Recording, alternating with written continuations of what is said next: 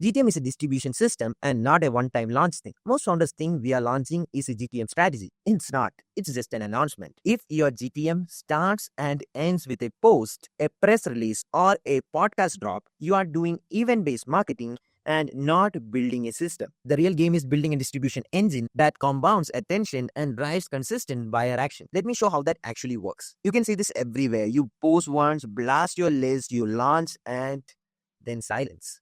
Your GTM vanishes after 24 hours. Buyers don't remember because your message didn't stick. And without distribution systems, you are constantly in panic mode. Think your GTM as a flywheel, okay? Content feeds awareness, awareness builds buyer trust, trust generates leads, leads convert with targeted proofs, and these wins create more stories, which goes back and creates new content. So that momentum loops back into your system. Launches are spikes and flywheels, they compound. Because the thing is, you have to understand your buyer lives across LinkedIn, YouTube, Slack groups, or even niche podcasts. Your GTM should meet them everywhere, not post once and pray. It is called structured seeding, retargeting, and narrative repetition. Most teams focus on platforms, right? Founders, they focus on watering holes. Founders Slack groups, SaaS communities, you embed your story where your buyer already trusts. It is strategic and not spammy. You have to understand that a reel isn't just a video. It can be posted as a reel, a snippet for LinkedIn, embedded in a nurturing email, or a quote in an outbound sequence, or even be reshared with communities. So one piece fuels weeks of touchpoint. So your content should be designed to travel.